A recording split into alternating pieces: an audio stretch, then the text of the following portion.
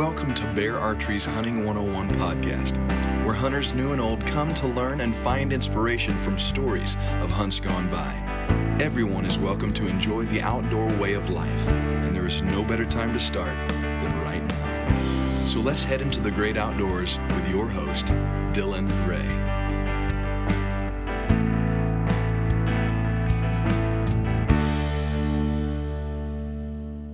All right, guys, welcome to Bear Archery's Hunting 101 podcast. As always, presented by our amazing friends over at ScentLock. I have found myself in the field a few times now, and I'll be honest, I did. I got winded by one deer, but I also had my daughter with me, and she was drinking chocolate milk, so that might add something to do with it. But I'm a huge fan of ScentLock. Their carbon technology not only keeps you in the field longer, but gives you more successful days in the field. So go check out our friends over at ScentLock. We have a very special guest, a familiar voice to the show. Been on one other time. We have Miss Kristy Titus. Kristy, how are you? I'm doing fantastic. Thank you for having me back on the show. Yes, it's always a pleasure, and I am excited to talk to you about your season so far. You spent some time in Africa, correct?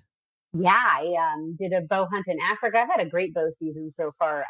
Went from archery hunting turkeys to having success there, having success spring black bear hunting on public land in Idaho. Went to Africa. My husband took his first animal with a bow, which was an impala. I got a gorgeous sable. Rolled into elk season and whitetail season, and it's been an awesome year so far. Yeah, we have a lot of exciting things to discuss.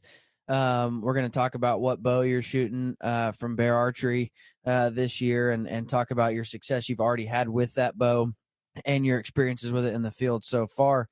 So let's just go ahead and let the cat out of the bag. What 2022 bow are you going to be shooting?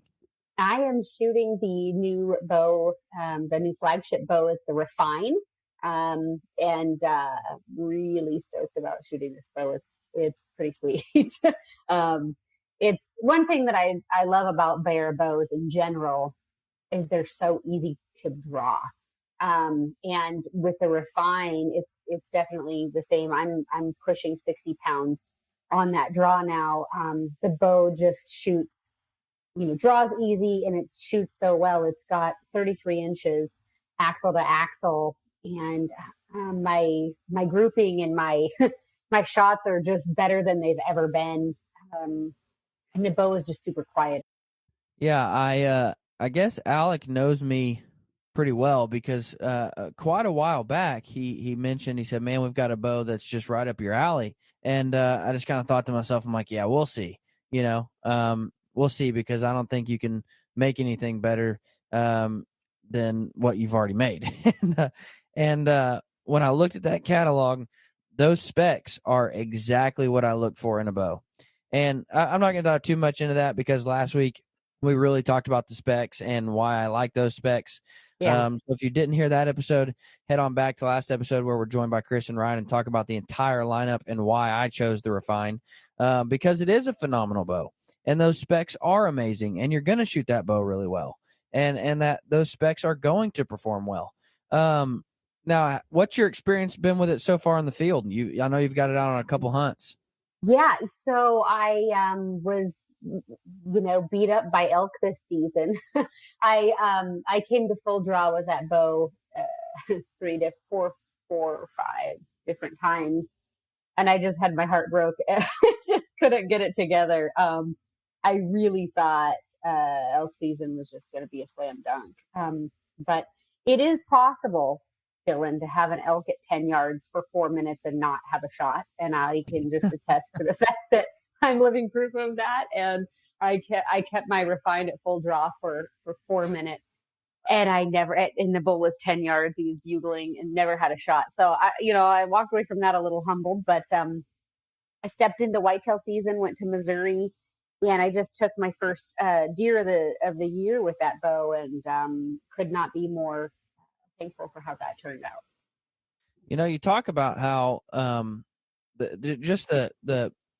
how well you can shoot a bear. And last year I remember I got my redemption in the mail on like a Thursday, and I was about to head out to Arkansas, back where I'm from, for Thanksgiving. And I was like, well, Mhm. I think I can get out one time with this redemption. And so I took it out Thursday night in the headlights of my truck, and I shot like 3 shots and was sighted in at 20 yards. Yeah. And the next morning I go out and I shoot a deer with it, and I got I broke through both shoulders on a big mature Kansas whitetail, and I was just blown away by how quickly you can get a bear to tune, how well they shoot. I mean, it's phenomenal that after 3 shots I could go out and be fully confident in shooting a deer with it. And I mean, that's why I love bear, though. Well, it's that, and then that coupled with trophy ridge sights. I mean, the sights sight themselves in. And I took my refine. I had it for less than a week when I took it to Colorado, and I went out there with 100% confidence in every single one of my pins. And, in a matter of a couple hours, I had that pretty well sighted in. And the tuning was super easy on it. I do bear shaft tune my bows, and when I put my field tips, off, take my field tips off, and I put my broadheads on, I have a lot of confidence in that with the proper tuning and with those pins, the way they self sight. It makes everything. What type are you so shooting easy. this year? So I have the hot wire 3-pin sight. So that's got a mover on it, and that's been a tried and true, really great sight for me. I like that sight because it has less cluster in the sight picture. And that just makes it really, really intuitive to use. You have your 20-30 fixed, and then your third pin, obviously moves up and down. So you have to sight that in, but it's so easy to do, and it doesn't take very long. And that just, that to me is, I like that, especially for whitetail. With most of your shots, I won't shoot after, beyond 35 yards. So that keeps my sight picture nice and clear and, very intuitive. I'm also shooting for elk, the React Pro, and I'm running the 5-pin sight on that. And those pins, the nice thing about the React Pro is that those pins will auto space for bows that are down to, I believe, 260 feet a second, or maybe 250 feet a second. So even with me with a short draw length and low poundage, that sight is very intuitive and easy to use. Now, I'm glad you mentioned a hot wire, because I got an email, and I'm a big fan of the React Trio, which in essence would be a lot really similar to the hot wire. It is a 3-pin sight that's on a slider, and so but once you move your sight, only your bottom pin is relevant. And I got an email saying, why do you refer the hot wire or the Trio over the hot wire, being basically they function the same? And I don't know if more people have that question for me, but I'll go ahead and answer it. And the hot wire is a phenomenal sight. I hunted with it a couple times last year. The only reason I prefer a Trio is whether I'm shooting at 10 yards or 110 yards, my sight picture is the exact same. That bottom pin doesn't move inside of the housing, but rather the entire housing moves. So no matter where I'm shooting at, my sight picture is exactly the same. And listen, it's different strokes for different folks. I understand that some people prefer the hot wire, and again, the hot wire is a phenomenal sight. One of my cousins just got into archery, and that's what I put on his bow. Just a phenomenal sight all around. That's just simply why I prefer the Trio. I also prefer the Trio because you can take the housing off of the React Trio and put it on the base for the React One Pro dovetail, and now you have a 3-pin slider on a dovetail. And so that's what I'm currently running. I've ran it for about 2 years. This year I am going to go back to a React Trio on the standard base, just for other reasons that I can dive into when I talk about my bow setup. But that's why I like the Trio over the hot wire. So just got that email this week, and just figured I'd kind of hit on that a little bit. Yeah. And, there might be some people that are choosing a hot wire like myself because you're not hitting those minimum speeds. And I'm not sure if the trio has a minimum speed or not rating, for the pins to kind of align with, what your sight tape would be on the side, for your ballistic chart, if you will. And I really haven't looked into that. Maybe you would know if there's a minimum feet per second that tunes into. I'm trying to look real quick before I'll keep looking. Yeah. Missouri, But it's just little food for thought, because there's always, what I love about Trophy Ridge is they make a sight that works for every shooter. And there's people like me that are little T-Rex arms. And then, and I'm just not, my bows just aren't that, they're just not getting, those crazy speeds. And I'm teetering on 260 feet a second, which for me is the fastest I've ever shot a bow. My old bows in the past historically have shot in the high 240s. So for me to be getting the speeds that I'm getting out of my bare bow is performance that I've never had, because I can draw so much more weight. So there's a lot to be said for that. And speed isn't everything.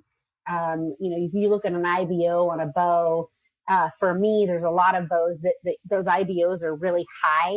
Well, the cam systems and the draw systems make it to where, like, I can hardly break over more than 52 pounds. Well, it doesn't do me a lot of good if I have a hard time drawing a bow that's 52 pounds when it's 6 degrees in Missouri and I'm hunting whitetail. Now, if I can take that same food of thought, maybe the IBO is a little bit lower, but now I'm comfortably drawing, 6, 7, 10 more pounds. The speeds that you can get are unparalleled. I mean, you can't match that. So there's always this bow is faster than that bow or whatever. And it's like, that maybe it depends.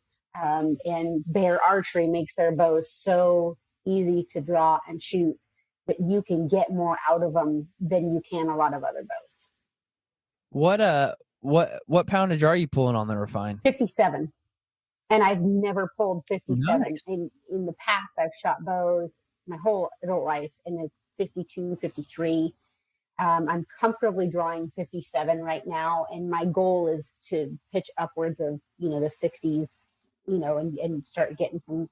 The speeds I'm getting right now is faster than I've ever gotten. I'm hitting that 260 feet a second. And like I said, in the past, I've always shot, like 247, 248. Once in a while I'd hit a 252, but I've never gotten to that 260 feet a second with my short draw length and poundage. So it's impressive to me. Now, I think we talked about that last time, with the Redemption, and you were pulling a new, personal best weight. And now the Refine, the Refine has refined to be a better bow, and now you can pull even more and weight. The other thing with Refine is the draw length range is a little bit different. So my Redemption, I shoot a 26-inch draw length. With Refine, the lowest draw length is available is 26 and a half. So I picked up half an inch on my draw length, and kind of modified my anchor a little bit with this bow. So that extra half inch, believe it or not, makes a big difference in speed. And, if there's people out there that can comfortably manage to get an extra half inch on your draw length, it makes a big difference. I've shot 27 and a half inches for my entire life, and started shooting a recurve this last year. And kind of my quote unquote coach is Tom Klum from Rocky Mountain Specialty Gear. And I was pulling 28 and a half inches every time shooting that bow. And I told him, like, man, I'm pulling an inch further than I've ever pulled a compound. And he said, well, a bow's a bow. So you've probably not been drawing you've probably not had a long enough draw length on your compound. And so I'm actually going to try to move my draw length up a bit this year as well on the Refine, which I'm excited about. But you mentioned it. You said speed isn't all that matters. Now, listen, if you're a speed freak and that's what you chase after, great. But let me throw a ping pong ball at you 100 miles an hour, or let me throw a bowling ball at you 10 mile an hour and see which one hurts worse. And that kind of brings into perspective the whole idea of speed. which is why I shoot a super heavy arrow, because I don't care if I'm getting, over, I don't care if I'm getting 290 or 295 or 300 or 305. I want to knock the deer off its stinking feet when that arrow hits it. So I shoot a really heavy arrow, and I don't worry much about speed. Yeah, I was shooting a super heavy arrow last year. I was pushing 500 grains, and I've since backed that down. It was just a little bit too big of margin of error on ranging. So I pulled mine back down to 380 on my arrow weight now. So, which I think is a good compromise. I pulled 100 grains off, and that 480 was just a little heavy for me last year, but I'm heavy enough to do every job I need my bow to do right now. Yeah. And that's what it's all about, is finding what you like best, and finding that happy medium, not going too light and chasing speed, not going too heavy.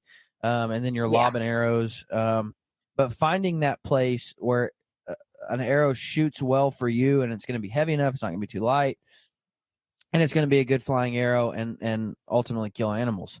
So it takes some time. I actually this morning was talking with a friend of mine. He called me and was talking through recurve setups and what arrow he should be running.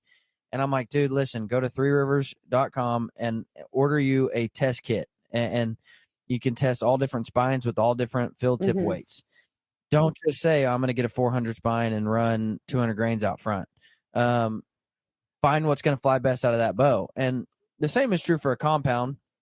Now you can pretty much, here's where it's differing, is somebody asked me this question the other day too. Here's where it's differing, is you can pretty much tune any compound to fly decent with any arrow. But you are going to find an arrow that flies a whole lot better for a compound. Now with a recurve, you kind of got to tune each arrow to each bow and find what works for that bow. But so that is where it differs. But find what arrow is going to fly best out of your setup and find that sweet spot for you. Now, before we dive in, I need to give a quick thank you to our friends over at Universal Outdoor Products. Go check them out at universaloutdoorproducts.com.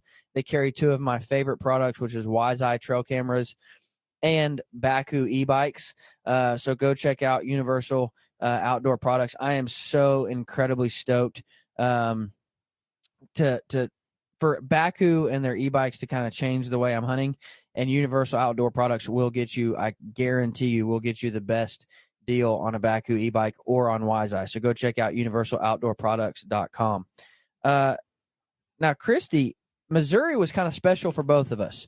You shot an absolute tanker with a refine, and I shot my first buck with a recurve, and it was in full velvet. That's awesome. So Missouri was kind of a special place for both of us. What part of Missouri were you hunting in? I hunt outside of Columbia, and I've hunted the same farms for, I think 2018. Since 2018, I've hunted the same farm. So 4 years, I think, on those now. And it's really cool because I go with Prairie Land Outfitters, and I go out there in the spring, and David Westmoreland, the outfitter, and I, we'll hang stands, and we'll move things around based on what I'm seeing for deer movement. I go out, I put out minerals. He spends a tremendous amount of time doing food plots and things like that to really make it a quality hunt. And just to be part of that, I feel very fortunate, because I don't want to go whitetail hunting and show up and have an outfitter just go do everything for me. These farms that I hunt, I really feel invested in the land, invested in the deer that are there. And now that I've got this long history of these deer, I have some deer that were good deer when I started hunting there 4 years ago that now are like ancient monarchs. And I'm going to go back rifle season, and I'm hoping I can find one of those old deer that I've been watching for all this time and take one with a rifle. But, Missouri is a special place for me. It's a place that I'll be going, probably for the rest of my hunting career. Yeah, no, I have kind of my, I call it my deer hunting oasis, and that's Liberty Ranch Outfitters in Oklahoma. And for much of the same reasons as you, I'm blessed. It's only about an hour and a half from my house, so I can be there really quickly. And, I feel invested in the process. I go out and help them hang tree stands. I go out and help them scout. I'll go out and help them do these things. And then it's not just show up and hunt, but rather you're involved in the process. And that's what I would encourage any new hunter. This is the Hunting 101 podcast. I love to share little tips and tricks as you're getting started. I would encourage any new hunter, and not even just a new hunter, but if you're going to hunt a new species, if you've been a deer hunter your whole life and you're going to go on a bear hunt or you're going to go on an elk hunt, I would highly encourage you to get involved with an outfitter, because you're going to learn so much from that person. I had somebody asking me, Dylan, I want to go on my first elk hunt. What should I do? And I said, go with an outfitter. And they said, well, I really want to do it myself. And I said, well, that's good, but you can take 2 weeks off work and spend X amount of dollars and X amount of time away from the wife and kids, and you're going to go out and you're going to get your butt kicked, and you're going to come home feeling like trash. Now, kudos to the guys who do it. I'm not saying you're wrong. I just told my buddy, I'm like, or you can take 2 weeks off work, leave your wife and kids, go on a hunt with an outfitter. You'll have a much better chance of harvesting an elk, but you're also going to learn a tremendous amount about elk hunting, elk calling, elk sign, whatever else, and then go back next year and do it yourself. That's right. After you've gained some of that knowledge. And so I just encourage everyone, and especially if you can find an outfitter like Kristy has, or like Liberty Ranch, like I have, to where you can be a part of the process, and you can be a part of hanging stands and setting blinds and where you put trail cameras and why, and all of these things. Find an outfitter that you can really just pull as much knowledge as possible from, because it'll make you a better hunter all around. I mean, I'm from Oregon, so we don't hunt whitetail here. When I started whitetail hunting, I had no clue what I was doing. And obviously, I've got a lot to learn. But I have such a better understanding of the whitetail game and the importance of the little things. Like, the first couple times I climbed in a stand, if my release strap clanged on the stand, I really didn't think anything of it. Now, oh my gosh, my release strap is not clanging on the stand. You just set off those warning bells to those deer, and the big ones are so smart, and you just learn all these tiny things, the importance of the wind and timing and food source and behavior. And there's so much that goes into it. And the guys that consistently kill big deer with a bow every year are really putting it all together, because it takes the absolute perfect formula or perfect storm, however you want to look at it, to make that happen. And David's just one of those guys. He every year consistently takes big deer. He'll target 1 or 2 deer. He'll hunt them all year. Now for me, I'm in a little bit different situation. I go out there, I have 5 days to hunt or 6 days to hunt. So even though some of the farms that I'm hunting, they'll have a 160-inch deer in Missouri, I'm not passing on a 140 because I have 5 days. Now, if I had all season, that's different. I'm not there necessarily to trophy hunt the way, you can possibly do in some situations. I'm there to, make the most of my time and have a great experience. And, but those guys that consistently kill those big deer are passing on 140s, they're passing on 150s, and they're willing to not notch a tag in order to have a chance at those giants. And that's really, they're doing something that I'm not doing. Yeah, no. And again, it all goes into, and I had this conversation not too long ago, and I don't remember with who, but it's all different strokes for different folks. And, you talk to guys and especially guys, inside of like the Pope and Young organization, and they'll talk about how they've been on 10 grizzly hunts and passed up, 50 grizzlies looking for that one. And I'm like, man, like you're a better man than me. Yeah. I don't know if you're familiar with him at all, but a guy by the name of Bolin was on the show not too long ago, and he's killed like 5 new world records. And he's like, for blacktail, for instance, he's like, when I'm looking for blacktail, I'm literally looking for the next 2 inches. Like I might see a 105, which is a giant blacktail. He's like, but I'm looking for that 107 or that 108. And so I might pass that blacktail, and I'm like, good for you, man. But I'm not. No. I'm not. And so actually this year I've decided that in Oklahoma, at least, I will pass and hold out for a giant. at least on my Ooh, second tag. he just put it out there. Ooh. At least on my second tag, because you do have 2 buck tags in Oklahoma. And I've already promised there's a management deer they need taken. And so I've already promised that if I have an opportunity at that deer, I'll take it. But then, especially with getting to hunt in Kansas and Texas and Arkansas and Missouri already, I've decided that's going to be the state where I hold out and I want to shoot a big one. And I'd rather go home with an empty tag than a small deer. Now in Arkansas, we just let bullets fly. And if, if you see it, it's dead. And that's why it's different mindsets. And it doesn't always have to be, I want to encourage the listener. It doesn't always have to be, I need the biggest, best trophy possible. And it doesn't always have to be, oh, I'm only a meat hunter. You can be a good, healthy mixture of both, and that's okay. Yeah, I mean, if I have a 160 walk under my stand, I'm not going to be like, well, I think I'm just going to leave that 140. But yeah, I'm not going to pass. And what's cool about this year in Missouri, the deer I actually ended up taking, I have trail camera pictures of them growing all summer. It's really a cool deal. And, I had put out some in Missouri. It's legal to put salt out, but not bait. So we have pictures of the deer at salt. And so, you kind of get a look at what he was doing all spring. And then in July, I have photos of him. I have photos of him in August. And then what made me go hunt him is he had showed up during daylight hours, and a lot of the other deer were not. The acorns dropped when I got there, and those big bucks are kind of like a little Hoover vacuum. Once the acorns drop, they tend to stay in kind of one area and suck up everything off the floor of the forest, and they aren't necessarily moving a lot.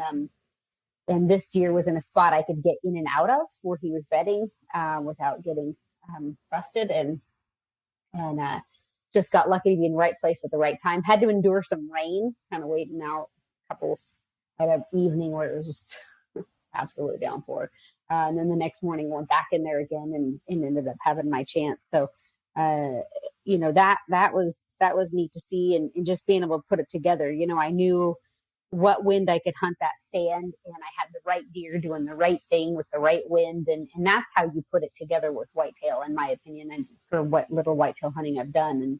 And that's the recipe for success. And I always feel like your first set is your best set. That element of surprise where you can slip in, just keep that. If that deer's, doing something or in an area and he's consistent, man, don't go in with a bad wind and blow it. Just hold him there and hope he stays, and then go in when it's right. And I feel like that's patience is almost more a better strategy for whitetail than anything in some cases.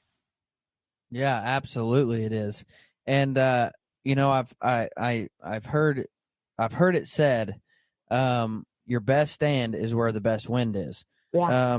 And what the person meant by that, and they dove more into it, but what the person meant by that was, we've all got that favorite stand, where we know that's the killing tree. That's where it's going to happen. That's where my big buck shows up. But if you've got a bad wind for that night, it's better to go sit somewhere else. That's right. It's better to sit on the ground, with a different wind than to sit in that tree stand. And so I took my kid out, like I said, just last week, and it was the first time she'd been in the tree stand with me. And so she's sitting there reading a book and drinking some chocolate milk and looking through my binoculars constantly and just having a really good time. And we had some does work into about 40 yards, and they got downwind of us, and they started blowing and left. And my daughter was like, I don't understand. And so I'm like trying to explain to her. She's like, but we washed up. And she's like, you ran the clothes through that little system. And she was talking about the ozone. Yeah. But, and I'm like, well, sweetheart, no matter how hard you try, if a deer gets downwind, it's probably going to smell you. And she was like, well, just trying to wrap her mind around that. And, but it's so true. And people think, well, listen, I showered and I washed my clothes and I sprayed my boots off before I came in. It doesn't matter. You can't out hunt. You can't out scent control a bad wind. You can't. No, you can't. Unfortunately. And that's just the nature of the beast. Yeah. And, wind swirls and things like that. and I wash everything I have in dead downwind. And I do everything I can to make sure I'm not going out there making it easier for them to smell me. Because I don't want to smell like Friday night when I'm going in the deer stand. In fact, sometimes after I've been deer hunting for a long time and everything I do is scent free, I smell people and I'm like, oh my gosh, these people stink. What are they trying to hide? It's like too much scent. So I really feel like, preventative, doing the best you can to prevent as much human scent as possible is you have to do it. There's no way around I actually don't use any scented products all of deer season. Yeah, I'm the same way. I don't wash my like, hair in any like girl shampoos. I use dead downwind everything, and it's just unscented deodorants. Like the more you add to the mix, the more your odds are against your odds of success. Now I will say this though, last year, I was getting my hair cut, and after they cut your hair, they always rub this stuff on your neck. Super strong smelling stuff, makes you smell like your grandpa.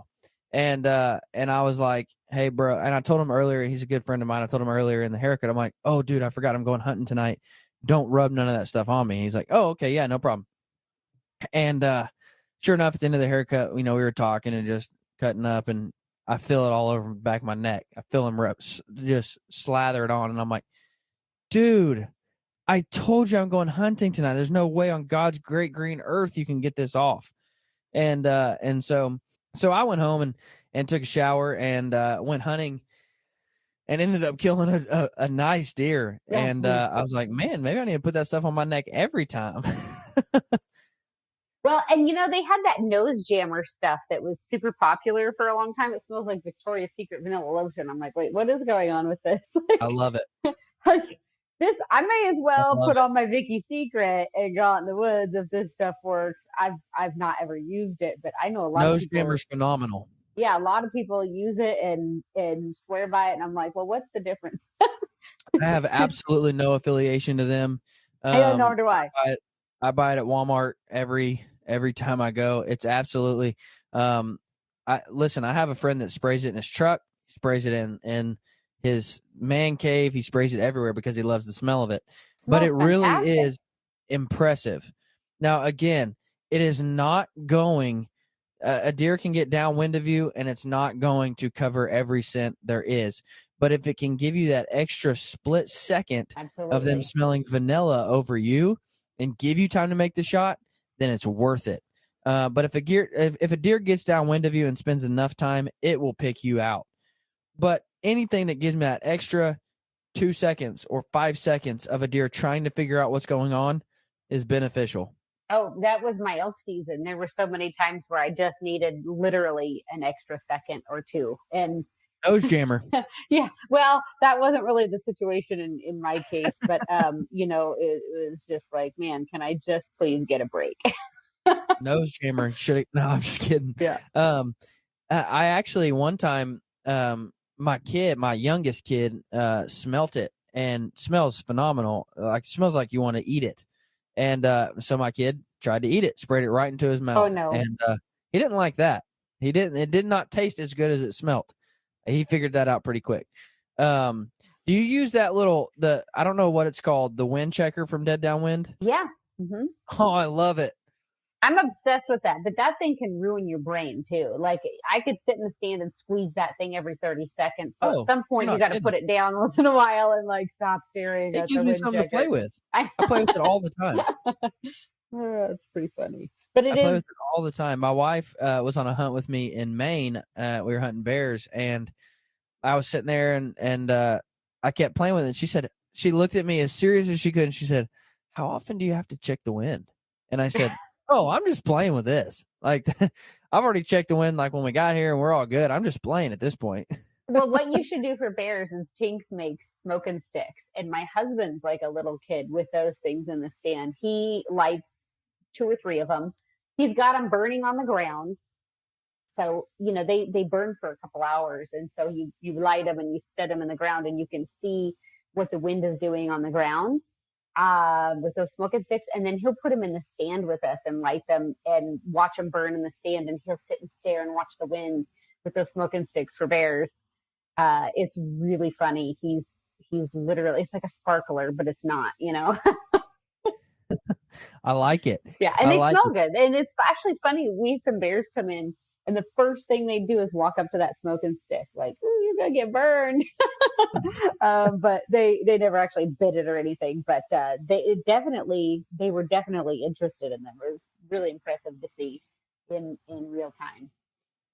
That's part of my obsession with bears is how curious they are and how fun they are, and just how, I was talking to somebody, and this sounds kind of dumb, but a lot of times to the non-hunter or to somebody who's never experienced bears in the wild, they think of bears walking around ferociously, like, claws out, teeth showing. Like, I one of my pet peeves is when you see a bear mount and the claws are up and it's growling, and it's, I'm like, really?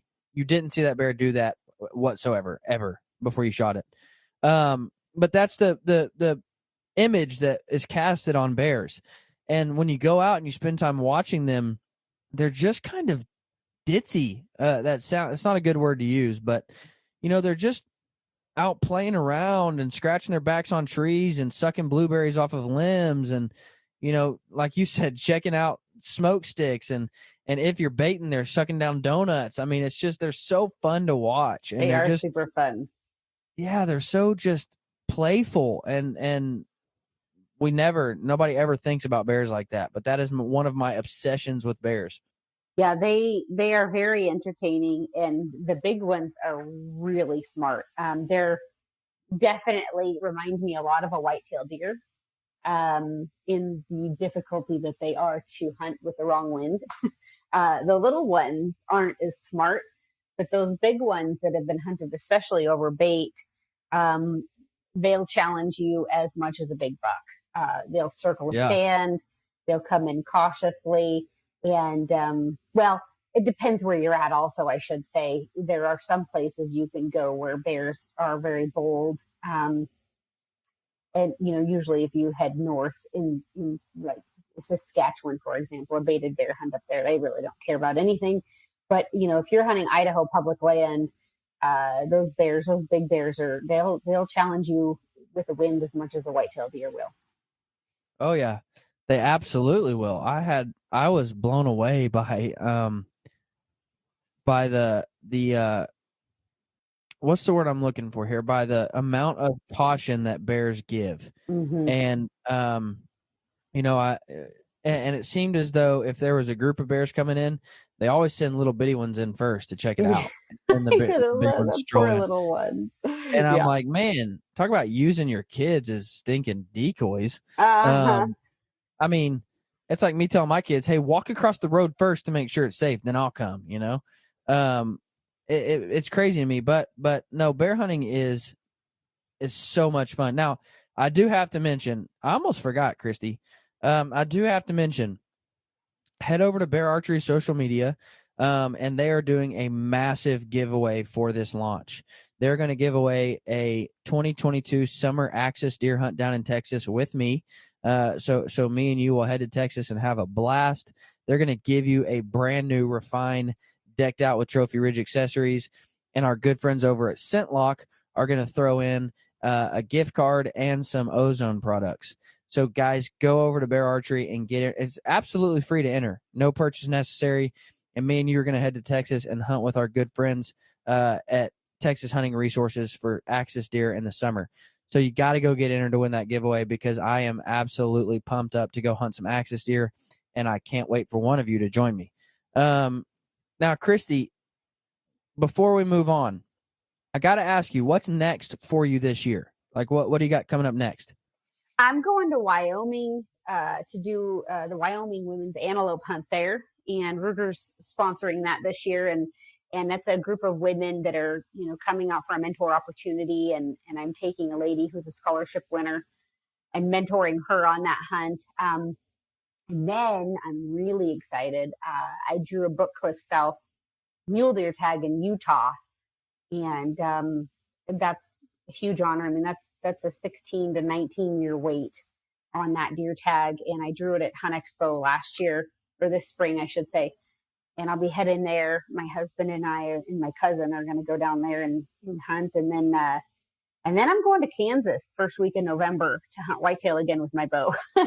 So, yeah, I'm going to finish out my season in the stand in Kansas. Well, not finish it out, but my final archery hunt for the year will be in Kansas, 1st of November.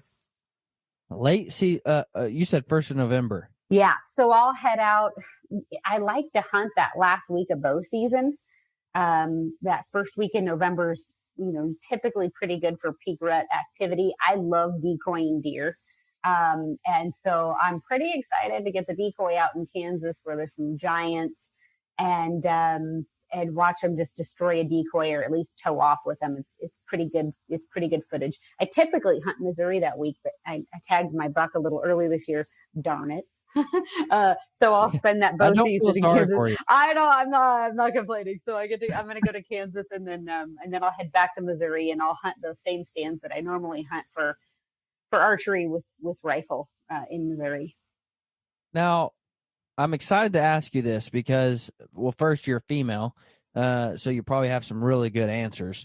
But I also know you're pretty passionate about cooking wild game. Mm-hmm. So we've got really good friends over at Rebel 6 Rubs, and they make 9 different seasonings for wild game, all the way from sweet bear rub to Midwest fish and coastal fish and spicy whitetail and pork, all of these different rubs for different wild games. You can use Bear 101 at discount for a discount over there, but really just phenomenal rubs to accent the taste of wild game. So share with me, maybe it's a favorite recipe, maybe it's a favorite, just your favorite wild game in general, but share with me something wild game that you like to do. Well, my favorite food, this is really kind of odd, is pig. And so I went to California, my husband and I, this year, and we shot some wild pigs and had a bunch of sausages made. And one of my favorite recipes is to take elk steaks or whitetail steaks, and I take the Italian sausage from our wild pig, and I roll the steak around the pig, and I shish kebab it on a wood shish kebab, and then I put it on my smoker for a few hours and smoke it, and then I take it off the smoker and I put it in a pan and I cover it with marinara, bake it till the marinara is hot, put some mozzarella cheese on it, and I'm actually making it this week. You can put spinach inside the roll, or you can put cheese inside the roll. I typically put a little bit of cheese in with the wild pig and wrap the meat around it, and that's pretty tough to beat. It's pretty good. Good Lord, I'd say so. Good. Yeah, and most people are like, "Oh, you eat wild pig." I love it, and my husband's from Sweden, and we do a lot of pig hunting. His family estate, we kill. Or the hunting team kills collectively around 30 hogs a year, and not any of that meat is wasted. It's all tested for trichinosis, and we turn it all into sausages, and it makes actually really good table fare, especially when you combine it with wild game like elk and deer. Oh my gosh. I can tell you this, and I can promise you this. I'm not one to look down on wild pig. I love eating wild pig, and that right there sounds phenomenal. So that's one of my favorite things to ask my guests, because I get inspiration and I get ideas and I get really hungry. So I'm always hungry. So Fred Bear was big on his field notes. So before I let you go, share with us a field note that you've taken over the years, something that I can take and make myself a better sportsman with. Just appreciate the moment. Very good. Like that's, so many people get caught up. I mean, and I'll even do it once in a while where I get frustrated. Oh, the wind's blowing wrong or this or that. And just take and appreciate the moment, because it's really a blessing from God that we get to be in wild places amongst wild things. And